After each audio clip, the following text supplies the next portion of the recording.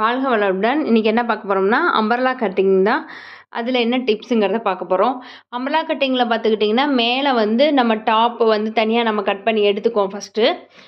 அதில் வந்து நம்ம பழைய வீடியோவில் சொன்ன மாதிரி இந்த 1 இன்ச் மேலே போட்டு இந்த ஒரு கர்வ் ஷேப் வந்து இந்த இடத்துல வரணும். ஓகேங்களா? இந்த 1/2 இன்ச்சுக்கு மேலே தான் இது போய் வரணும். ஓகேங்களா?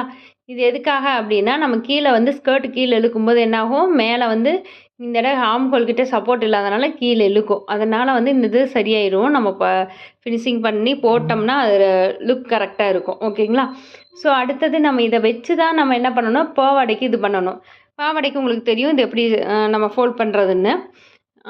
அதை வந்து நம்ம ஃபோல்ட் பண்ணிவிட்டு இந்த டாப்பை வந்து நம்ம இங்கே வச்சு பார்த்து இந்த அளவு தான் நம்ம எடுக்க போகிறோம்.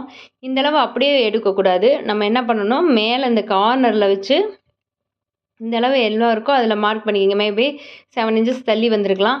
அதே 7 இன்ச்சஸ் வந்து இங்கே பிடிச்சிக்கிட்டே இங்கே வந்து என்ன பண்ணணும், நீங்கள் டேப் பிடிச்சிக்கிட்டே மார்க் பண்ணிக்கிட்டே வந்தீங்கன்னா அந்த ஷேப் வந்து உங்களுக்கு கர்வ் ஷேப் வந்து அழகாக கிடச்சிக்கும்.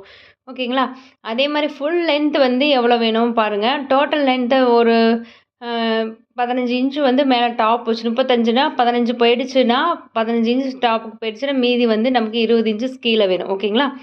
அதே மாதிரி இங்கே 7 இன்ச் நமக்கு வேஸ்ட் பீஸ் இருக்குது.